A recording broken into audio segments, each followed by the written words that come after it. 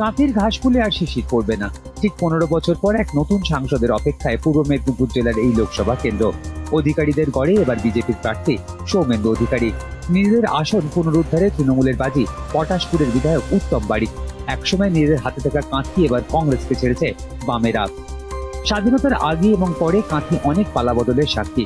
2021 বিধানসভার আগে আরো এক পালাবদল দেখেছে এই জেলা। শান্তিকুণ্ডের সঙ্গে কালীঘাটের দূরত্ব আজ অনেকটাই, কিন্তু একদা বামেদের গড়ে প্রথম ঘাসফুল ফোটানোর কারিগরের নাম নীতিশ সেনগুপ্ত। সালটা ছিল 1999, তারপর 2009। এই কেন্দ্র থেকেই 3বারের সাংসদ শিশির অধিকারী। তবে এই কেন্দ্রে 4বার সাংসদ হওয়ার রেকর্ড করেছিলেন সিপিএম এর সুধীর কুমার গিরি।